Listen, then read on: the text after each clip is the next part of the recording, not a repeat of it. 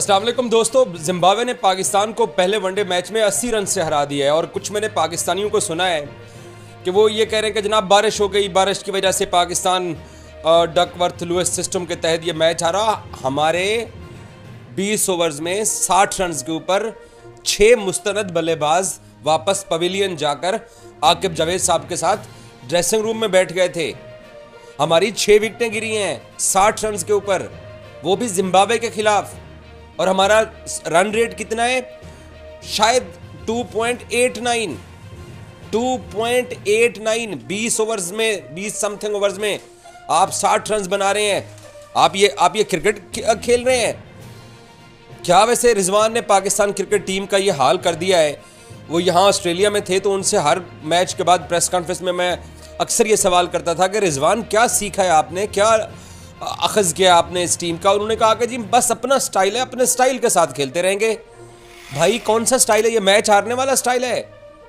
Zimbabwe जैसी team के खिलाफ पहले तो आपने उनको 215 करने दिया। वो जब बैटिंग कर रहे थे, वो जब शॉट्स खेल रहे थे, उनकी शॉट सिलेक्शन भी देखिए और हमारी शॉट सिलेक्शन भी देखिए। एक हसीबुल्ला को अच्छा बॉल पड़ा, सिर्फ एक हसीबुल्ला को।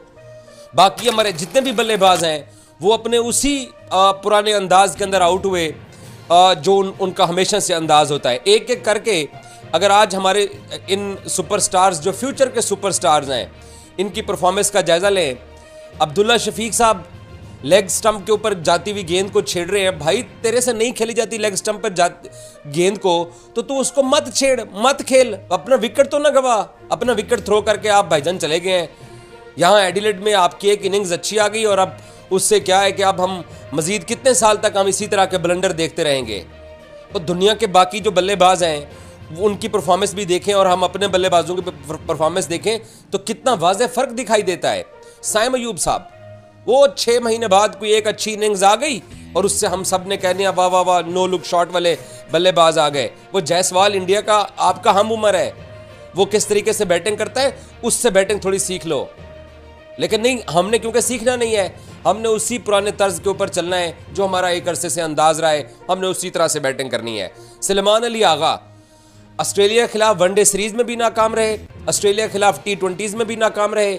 हमने उनको नायब कप्तान बनाया हुआ है और हमने आगा साहब को जिम्बाब्वे के खिलाफ इन 3 वनडे मैचेस के बाद जो 3 T20 मैचेस हैं उसमें कप्तान बनाया हुआ है। रिजवान साहब जिम्बाब्वे से वतन वापस आ जाएंगे।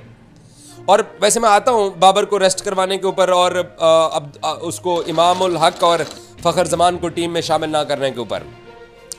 कामरान गुलाम कामी, वो सही कमेंटेटर ने कहा था यहाँ ऑस्ट्रेलिया में कि it's not a Multan baby. वो मुल्तान में इंग्लैंड के खिलाफ आपका एक शो निकल आया, उसके बाद कामरान आप अपने टैलेंट के साथ इंसाफ नहीं कर रहे हो। और अगर आप इसी तरीके से परफॉर्म करते रहे तो मेरा ज़ाती ख्याल ये है कि डोमेस्टिक क्रिकेट में आप वापस चले जाओगे, आप गुम हो जाओगे। आपसे तो बेहतर है फिर हम आबिद अली को ले आए। वो डोमेस्टिक के अंदर स्कोर तो कर रहा है, सेंचुरियां तो कर रहा है। उसके बाद आ जाए इरफान नियाजी, ठीक है यंग क्रिकेटर है लेकिन इतनी ज़्यादा भी फेलियर इरफान ये बहुत ज़्यादा होते जा रहे हैं। इन फेलियर्स के साथ आप आगे अपनी जो टीम के अंदर जो पोजीशन है आप उसको बरकरार नहीं रख पाओगे। हम मीडिया वालों की भी नज़र है, पाकिस्तान क्रिकेट के नाकदीन की भी नज़र है, साबिक क्रिकेटर्स भी देख रहे हैं, सेलेक्टर्स भी देख रहे हैं। अब तो आकिब चीफ सेलेक्टर भी हैं और साथ हेड कोच भी बन गए हैं, तो आप नहीं सर्वाइव कर पाओगे। ये तो हमारी बैटिंग लाइनअप जो हमने खिलाई है। और रिजवान भाईजान वही उनका 40-50 का स्ट्राइक रेट बड़ी मुश्किल से, और वो जनाब टिप टिप बरसा पानी वहाँ पे बैटिंग हो रही है। यहाँ ऑस्ट्रेलिया में भी वो T20 में भी ऐसे खेल के गए थे और ख़ुद को मजबूरन जबरन उनको होबार्ट के आखिरी T20 मैच के अंदर ड्रॉप करना पड़ा था। जिम्बाब्वे जैसी टीम के खिलाफ आप पहला वनडे मैच हार गए, वो भी 80 रन से। आपने 3 से भी कम रन रेट के साथ स्कोर किया। 60 रन पे आपने 6 विकेटें गंवाई। बॉलिंग में उनको 215 करने दिया। आप कैसे जस्टिफाई करोगे? और रिजवान को एक बात अब समझ आना शुरू हो गई है। जब ये भाईजान को कप्तानी मिली थी, मैंने तब एक प्रोग्राम किया था, मैंने उसमें बोला था कि आप कंप्रोमाइज्ड कप्तान बन के आए हैं पाकिस्तानी टीम के। आप इमाम को, आप फ़खर को और उसामा मीर को आप मुल्क में कैसे छोड़ के आ सकते हैं? इन कंडीशंस के अंदर, इन हालात के अंदर तो शादाब अब हमें याद आना शुरू हो गए हैं कि कम से कम शादाब हमें कोई एक आधा मैच तो जितवा लेता था। आज शादाब की कमी महसूस हो रही है इस टीम को, फखर इमाम की तो हो ही रही है वनडे के अंदर। तो रिजवान साहब, आकिब जावेद आपके साथ बैठे हुए हैं, आप दोनों जिम्बाब्वे के अंदर मौजूद हैं। तो ये परफॉर्मेंस जो है ये एक आईना है पाकिस्तान क्रिकेट टीम के मुस्तकबिल का। हम लोग हर वक्त बाबर आजम पे बात करते हैं, उसके ऊपर तनकीद करते हैं, उसको ड्रॉप करके आप अपनी बैटिंग में आप अपना हशर तो देख लें। क्या हमने बैकअप तैयार किया है, क्या हमारी टीम की बेंच स्ट्रेंथ है। रिजवान यहाँ ऑस्ट्रेलिया में थे तो एक ही बात वो बार बार हम रिपोर्टर्स को समझाने की कोशिश करते थे कि वो स्ट्रेंथ अपनी सेट करने हैं, वो बेंच जो स्ट्रेंथ है उसको मजबूत करने की कोशिश कर रहे हैं और पाकिस्तान क्रिकेट के मुस्तकबिल की तरफ देख रहे हैं। भाईजान मुझे ऐसा लग रहा है कि मुस्तकबिल जो है वो हमारा, मुझे तो तारीख लग रहा है, मैं सच बता रहा हूं आपको, मुझे तो मुस्तकबिल तारीख लग रहा है। जिस तरह की परफॉर्मेंस का तसलसल हमने बरकरार रखा है, ऑस्ट्रेलिया के जो 3 T20 मैचेस हम लगातार हारे हैं, वो वनडे की सीरीज की जीत के पीछे नहीं छुप सकते हैं। ऑस्ट्रेलिया का तो हाल आप लोगों ने देख लिया, उनके बॉलर्स का भी आपने इंडिया वाले पहले टेस्ट मैच के अंदर देख लिया, उनकी बल्लेबाजी का भी आपने हशर देख लिया। तो मैं तो ऑस्ट्रेलिया की वनडे की परफॉर्मेंस और जो उनके वनडे और टेस्ट के उनके सेम प्लेयर्स हैं, मैं तो अपनी वनडे की जीत ऑस्ट्रेलिया के डाउनफॉल के साथ अटैच करना चाहूंगा कि ऑस्ट्रेलिया का डाउनफॉल स्टार्ट हो चुका है। वो यहाँ पर्थ में भी स्ट्रगल कर रहे हैं, हमारे खिलाफ भी उनके यही प्लेयर थे। स्मिथ भी स्ट्रगल कर रहा था, मार्नस लबुशेन भी, हेजलवुड, मिचेल स्टार्क और पैट कमिंस, ये 5 लोग हमारे खिलाफ स्ट्रगल करते रहे, जो कि पर्थ में उनकी परफॉर्मेंस आपके सामने है।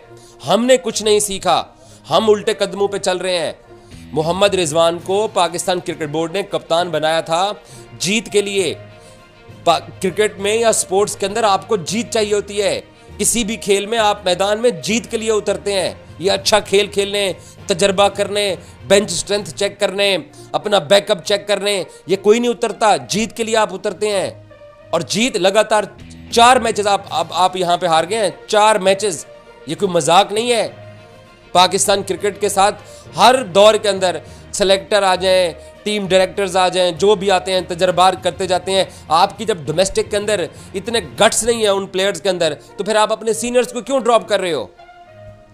अफसोस होता है मुझे, जिन प्लेयर्स को मौका भी दिया गया है वो भी क्लिक नहीं कर पा रहे हैं। और अगर यही तसलसल बरकरार रहा तो हमें किसी प्लान सी के ऊपर जाना पड़ेगा। प्लान ए के तो प्लेयर्स को आपने बिठा दिया, प्लान बी आप आजमा रहे हैं जो आपको नतीजे दे रहा है, और आप प्लान सी के ऊपर जाएंगे तो पता नहीं हम किसको खिलाएंगे।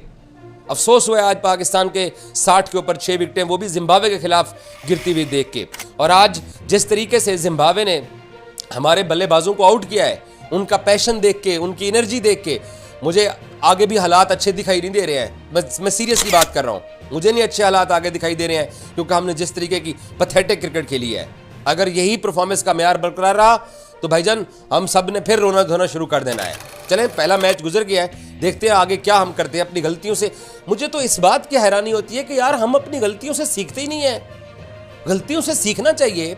अब अब्दुल्ला और साइम अयूब या रिजवान या जो भी हो, वही पुरानी गलतियां हम दोहरा रहे हैं। खुदा के लिए अब फखर जमान और इमाम को वापस ले लो भाई वनडे और टेस्ट के अंदर, वरना और बुरे हालात होते जाएंगे। Thank you so much.